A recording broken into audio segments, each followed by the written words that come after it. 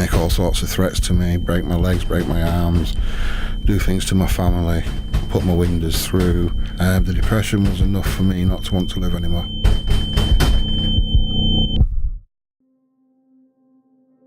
The initial sum was £20. Wanted to borrow more, wanted to borrow 100, but he said he could only do £20 as a first one for a thing of trust, and that I needed to pay £40 back the week after.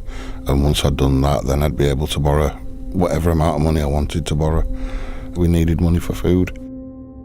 One thing he did say was I would have a licence for this, but it cost me money to get it, but I could get the licence to do it tomorrow. I'd paid the £40 back, and then I asked him if I could borrow the 100.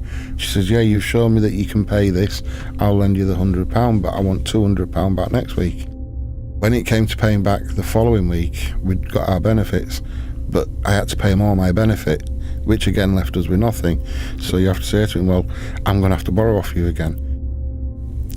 At first he was all right, let's not worry about this, we'll sort something out. And he'd always follow it up, here, have a bit more money. He was bringing me into what he was doing without me actually realising what was happening. They expect double back every month, so say you owed £100, the next week they'd want £200, but if you didn't have the £200 that week to pay, the week after you owed them £400, and if you didn't have the £400, you owed £800. It wasn't till I think we were an owing amount somewhere around £6,000 or £7,000 to them that things changed.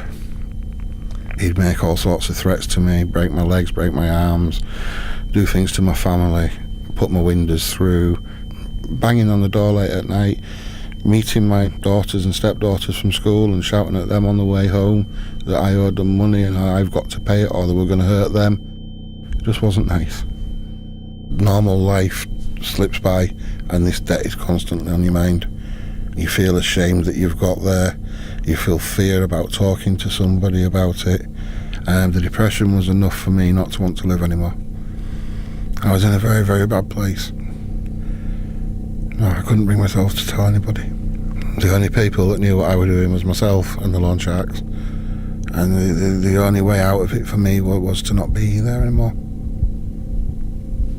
My family were upstairs in bed still.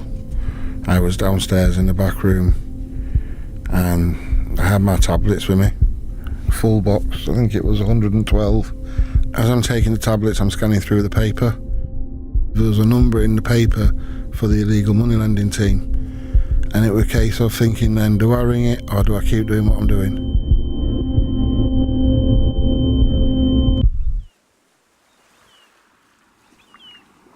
The person on the other end of the phone was very understanding. They said they were going to help me and that I hadn't to worry.